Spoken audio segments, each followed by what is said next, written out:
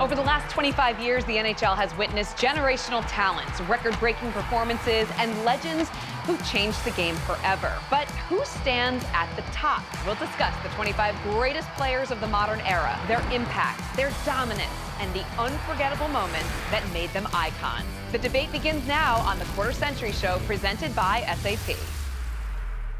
And we welcome you inside the debate room, if you will. I'm joined by Mike Rupp of the NHL Network, Eddie Olczyk from TNT, and Jason Demers from the NHL Network as we try and unpack this conversation, guys. And if this goes anything like it did when we, prior to sitting in these seats, were discussing this, we might be here all day. So first and foremost, you look at the top 25 players from the last 25 years. Rupper, I'm going to start with you. What exactly is the criteria in trying to determine these players? I mean, first and foremost for me, I think you got to win. Right, so whether that's Stanley Cup or at least be dragging your team into that fight deep into playoff runs, I mean, that's probably the one big thing for me. And I think for me, it's the crossover from, the old days, and I happen to be still playing in the old days, in the late 90s into the 2000s, where maybe a guy played 7 years, 8 years, 9 years, and maybe was on the back nine, but still had a couple of unbelievable seasons in the early 2000s. So I kind of found myself kind of going back and forth on where is it when a guy's played 16 or 17 years in the 2000s. So that was my greatest debate from within of looking at all the numbers and looking at all the players. And they took both my answers. So. No, I think for me, like piggybacking off this, thirdly for me would be if you're not winning and how are you impacting the game and changing the way the game's played, I think was something I looked at as well for certain players that might not have won, but were dominant throughout their careers. Well, I'm looking at a list of 96 players over the last 25 years that could be, part of this conversation. And I'm just curious for you guys, like, how difficult was this to figure out your 25? Ridiculous. So tough. We were in 2 the hours. other room forever just debating all this. Yeah, you're throwing names out, and all of a sudden, oh yeah. We What about this guy? What about that we guy? have 72 names on the list now, and now you got to dwindle it down. You're talking about guys who probably will be Hall of Famers that are not going to be on our list. Yeah. It's tough. Yeah. Some guys not even on the list that was voted that were like, how did you miss this person? But again, you look at all these names and these legends of the game, it's crazy. It's going to be fun. All right, so we're going to take a short break, but when we return, which players truly are the best of the best? Stick with us to find out on the Quarter Century Show, presented by SAP, an official technology partner of the NHL. Welcome back to the Quarter Century Show, presented by SAP, as we debate the top 25 players from the last 25 years, something the fans actually will have a say in, guys. But we're not going to talk Can we about all... question the fans? Some of their Yeah, decisions? exactly. You can tweet back at them. How about that? You'll have to be my translator when it comes to that. Tweeting or Twittering or whatever, or Xing right now. Whatever it is. It's Xing. All right, TikTok. so I'm not gonna ask you guys for the top 25. We'll be here all day, but let's start with your number one, who absolutely is a must on this list. Rupper, start us off. Yeah, guys, don't hate me for this. Let's be obvious here with Sidney Crosby and Alex Ovechkin. Let's get them out of the way. I mean, wait a second. Easy pick. Let's just Easy get them out of the way. One or two? What are we doing doing? both? Well, I mean, obviously. Okay. Obviously, Sid's number He one. wants two. He's Well, taking two. then I'm going to But, leave the segment now. Those are my only two. I think every fan out there, everybody that's been involved and watched hockey over the years, maybe they've carried this league since they came in. They still are as we sit here today. So Sid and Ovi are the first two. When you're going to this list and it's hard to pick these players, it's like, all right, well, two spots it's not top 25, it's 23, because those two guys are on it. Yeah. Well, I'm a Chicago guy, and I'm proud to say that. And I spent a boatload of years in Chicago doing the games on local television. So if you did too, I'm going to follow you, Rupper, because you're way bigger than I am. So you know what? I have to go with Patrick Kane and Duncan Keith. Yeah. When you look at what they've done, right? Winning, individual awards, team awards, longevity. And I would say right now, and look, there have been some great Chicago Blackhawks. And me growing up there and getting a chance to play there myself and my hometown team, those two guys will go down in history as the greatest hockey player ever to play for the Chicago Blackhawks in Patrick Kane. And I think Duncan Keith goes down as the greatest defenseman to ever play for the Chicago Blackhawks. They had unbelievable career playing together and winning and having the individual accolades. Hey, as an American, Patty Kane, the best American ever, as we sit here today? I think he has surpassed Chris Chelios, yes. Yes. Yeah. Yes. Agree with that. I mean, nothing to say there. Okay, my two. I'm going to go by the criteria we talked about. Somebody who won, somebody who was great during a crossover, played before 2000, and then also was dominant into 2000, and changed the way the game's played. For me, it's Nick Lindstrom. He was my favorite player growing up. Got to play against him in 2010 when I first came into the league, and was one of the coolest things to ever do, and he was still dominant then. And he won. He was a leader. He was just everything you wanted from a defenseman. And I think he could play in any era, even in today's game. And then my second guy right now is I'm going to go with Patrice Bergeron. A winner, a leader, a guy that was able to influence the game, not only offensively, but defensively. And you talk about building a culture as well. And he built a culture in Boston that's lasted since he's been gone.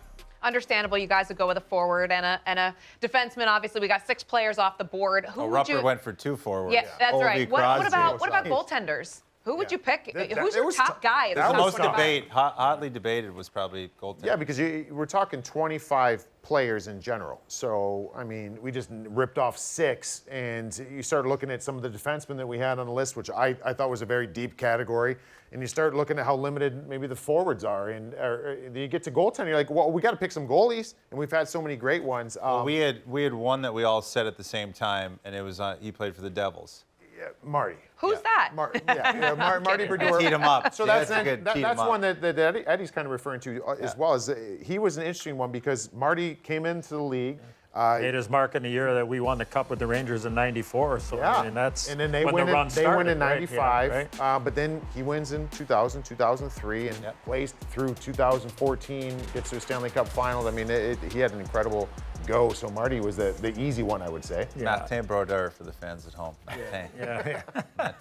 But it got tough then because then you had to coach Flower. Yeah. Marc-Andre Fleury's on Yeah, that list right. as well, I think. Yeah, I think when you do look at the goaltenders and the certain criteria that every individual may have when you're trying to come up with this decision, like, you know, I look at a guy like Henrik Lundqvist, and he would be on my list knowing that for all of those years that he was with the Rangers, that team seemed to overachieve each and every night. Now, look, they got to the final one year against the LA Kings, but they weren't able to win it.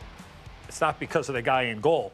A lot of their success was camouflaged by him in goal with a lot of deficiencies maybe the team had. And look at, they had some great players on the team, but I look at a guy like Henrik Lundqvist and go, he's on my list for sure with the longevity, the numbers, individual accolades, but unfortunately for him, never winning a Stanley Cup.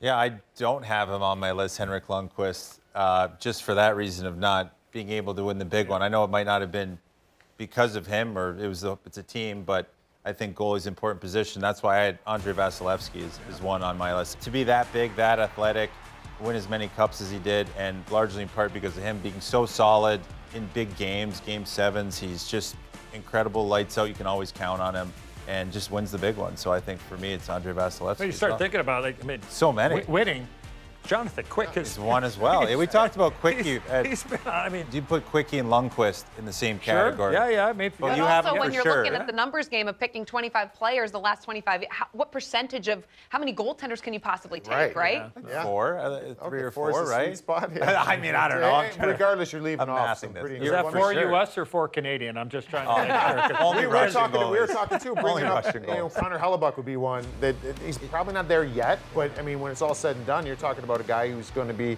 making some runs at some of these records, I think, and as far as that position goes. So, man, it's a when deep we're spot. back in 2050, Connor Hellebuck will be Yes. on that list. We'll be on the- Okay, Connor, that you're one. on the list. 2050. Speak for yourself. Outside of the 6 players that you guys mentioned off the top, like who would be kind of right there as well that you know, because Well, I only I mean- asked you for one. We should mention Connor McDavid, right? yeah. So, I mean, 100%, yeah. right? I mean, Yeah. he's not just right there. I mean, he's like, right at the top. on his own- right his at the own top list, of the yeah. list. Who are is some of the pretty quick good. ones right now? Cale Connor Makar? McDavid, Cale Makar, Yeah. Nathan McKinnon. Yeah. Like these are the 100, ones yeah, that are 100%. right in there. I mean, Yeah. then it gets tough. Is Leon Draisaitl?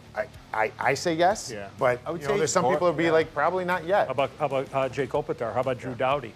I think Drew Doughty and Anze Kopitar are 2 others that I have on that list as well, for all the reasons we kind of stated. You know, that's why it gets tough with Jonathan Quick. Do you throw him in there as well because part of those teams? But I think Anze Kopitar to be still dominant now, and Drew Doughty as well to come back from injury and do what he's doing. Victor Hedman, Nikita Kucherov, Yeah. Steven Stamkos.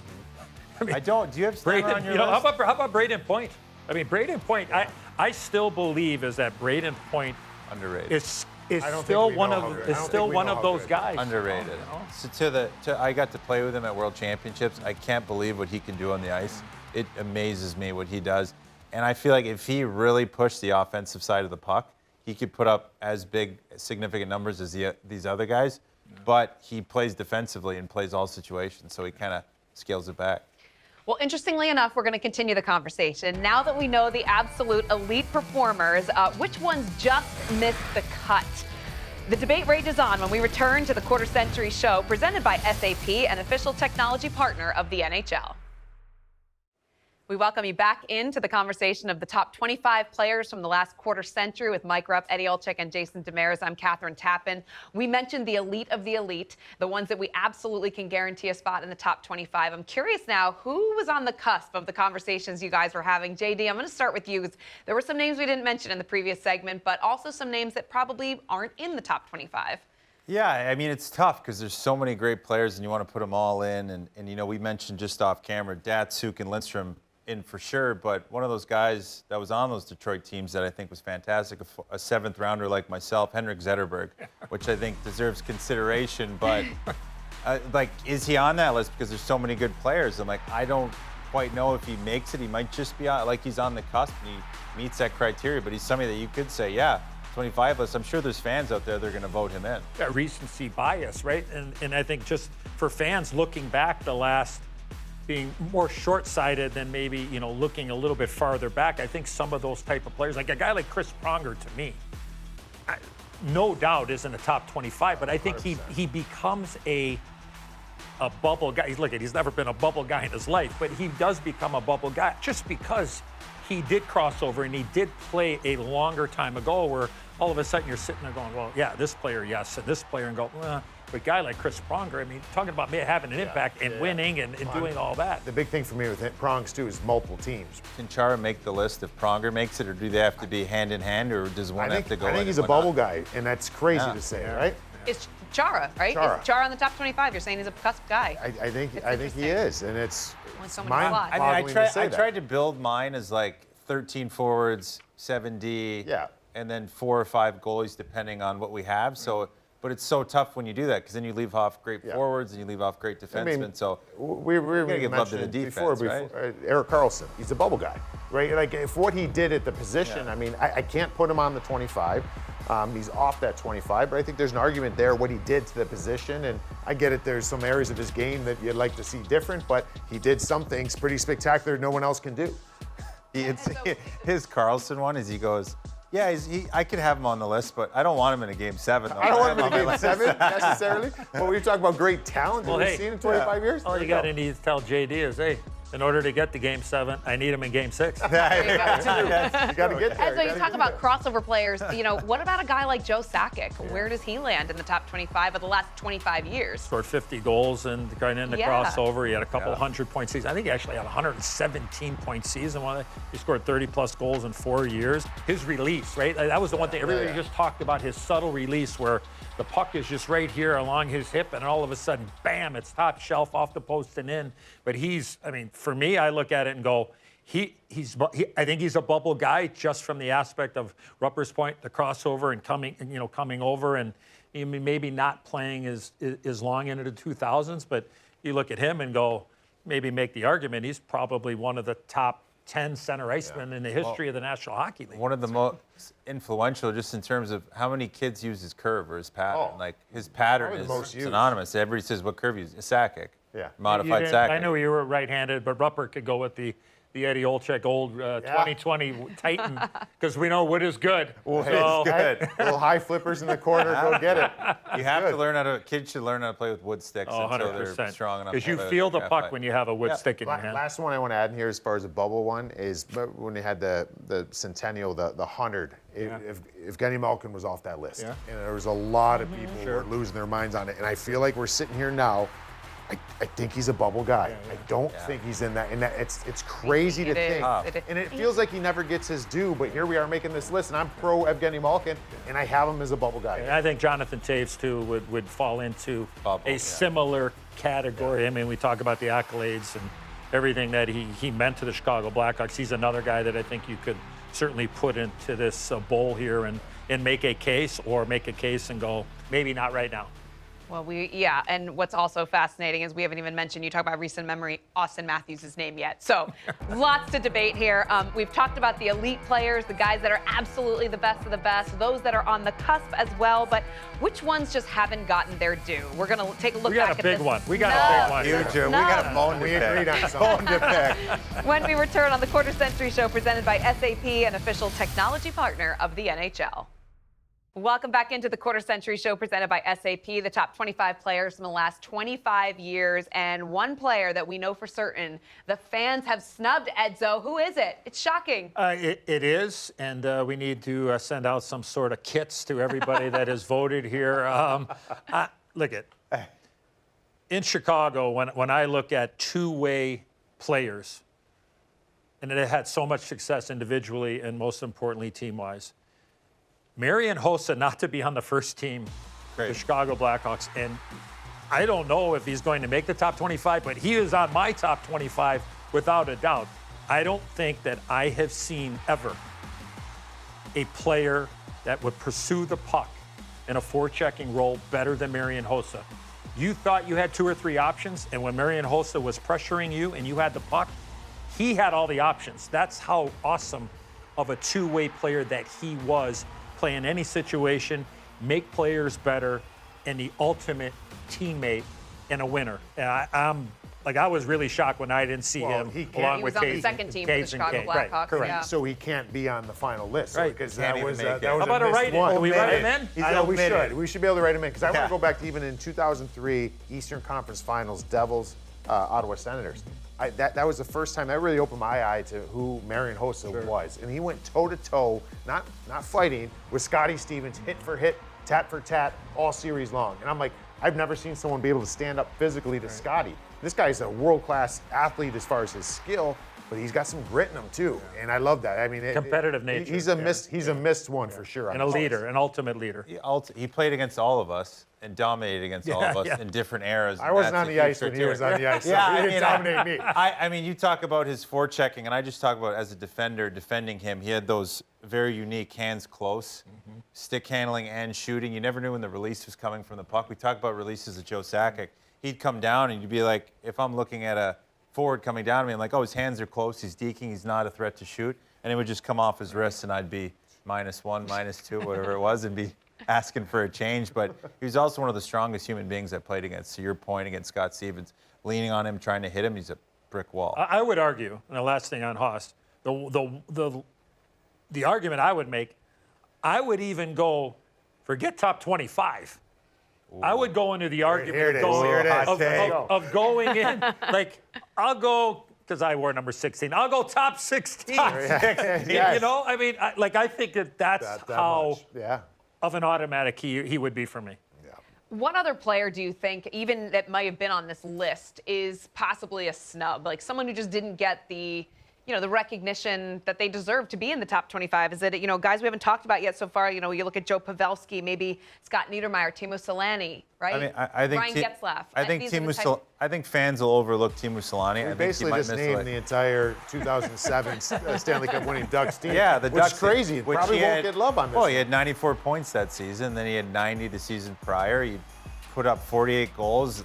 Advanced age in his career, come off knee surgeries, came back, was still dominant, so fast. We talk about a guy that is so adaptable and could play in any era and would be effective. And what he did early in his career before 2000 and then after is just so incredible. And I mean, he's one I think fans will kind of just overlook because there's so many good names on this list where I think he's like my bubble, should be on that list because his longevity and his success. And I think I was lucky enough to be with him his rookie year when he came to Winnipeg, and just the accolades that were coming with him, and I want to say the pressure. I mean, and he did feel pressure when he came to Winnipeg as a rookie, but it was like, this guy is a game breaker.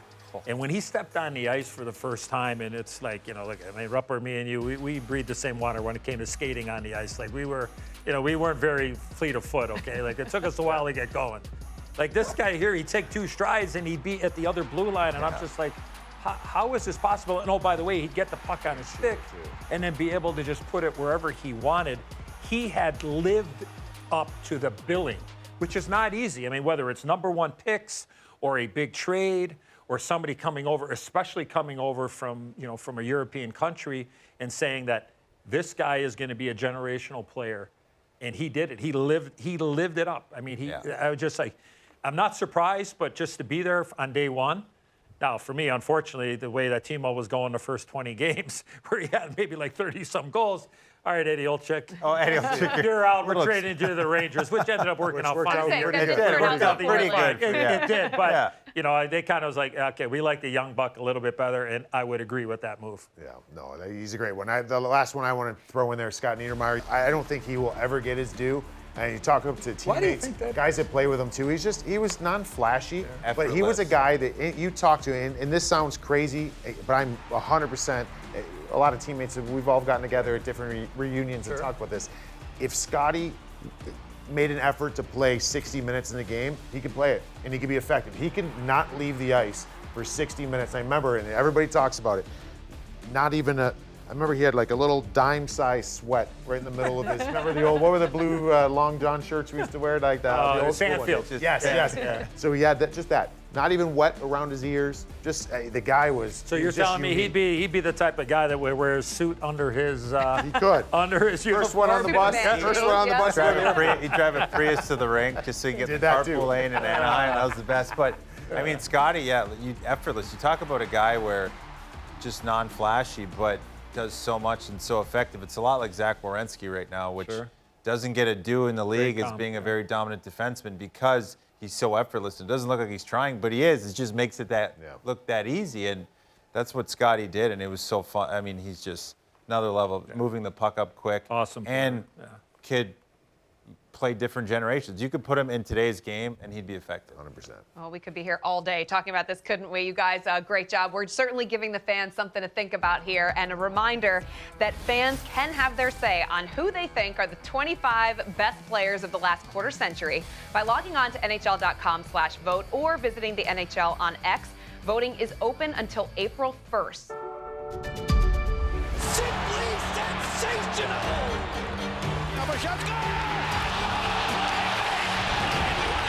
One of sports' great moments. Don't forget to join us next time as we continue to break down 25 incredible years of NHL hockey only on the Quarter Century Show presented by SAP.